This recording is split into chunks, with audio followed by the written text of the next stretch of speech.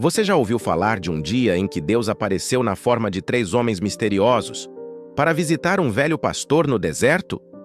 Imagine estar no calor escaldante de uma tarde comum, até que 3 estranhos se aproximam.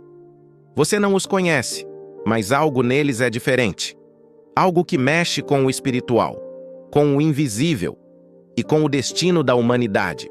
Essa é a história de um encontro celestial. Um momento em que o céu tocou a terra. Um dia em que Abraão, o patriarca das nações, foi visitado por 3 visitantes que não eram o que pareciam ser. Essa história está registrada no capítulo 18 do livro de Gênesis e começa de forma curiosa.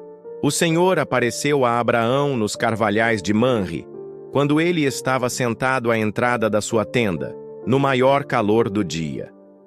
Abraão, já com quase 100 anos, vive em tendas como um nômade, em plena terra de Canaã. Ele estava ali, talvez descansando do calor, refletindo sobre as promessas que Deus lhe havia feito, promessas que ainda não haviam se cumprido.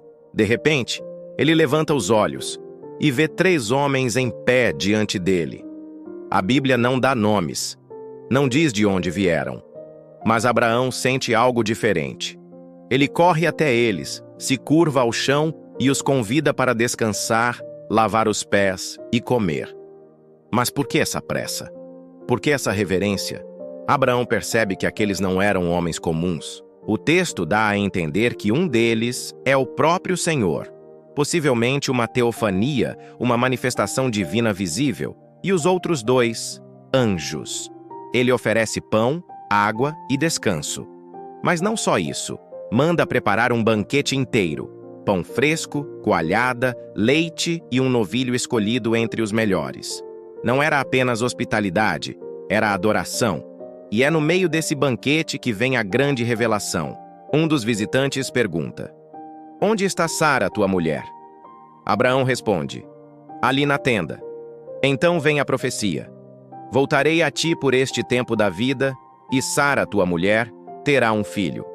Sara ouve escondida atrás da cortina da tenda e ri. Não por deboche, mas por descrença. Ela já era idosa e seu ventre havia cessado.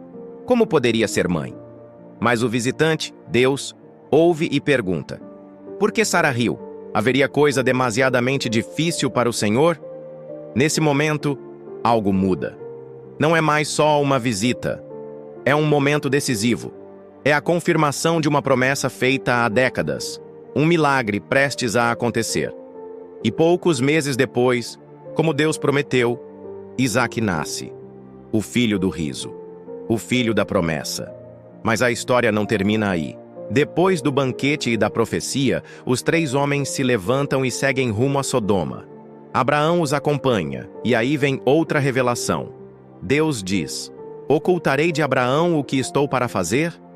Então, Deus compartilha com Abraão que vai destruir Sodoma e Gomorra por causa da maldade extrema daquele povo.